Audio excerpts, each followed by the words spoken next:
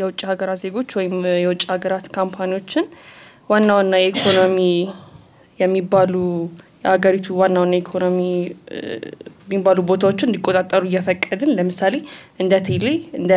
ማዕድን ቁፋሮችን እንደ ኮንስትራክሽን ቦታዎች ላይ እየፈቀድን ግን ኦፕሬት የሚያደርጉበትን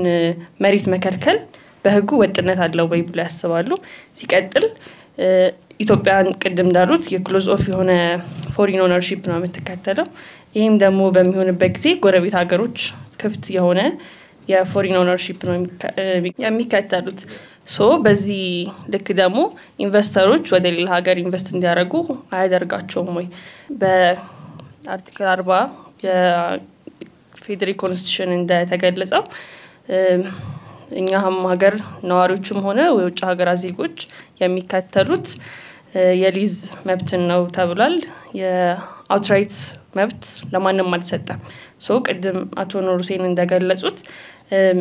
ምን ይሄን ያህል ምንድነው ችግር ያለው ኢቭን ፎሪነሮች ራሱ የውጭ ሀገር ዜጎች መሬቱን ቢይዙ እንደ ተጠቃሚ እንደ ዩዝ ፍራክተር ነው እንጂ የሚያገለግለው ይሄ አይከለክልም ሶ በዚህ ልክ ምን አይነት አንፃር አለው ብዬ ነው መስከራለሁ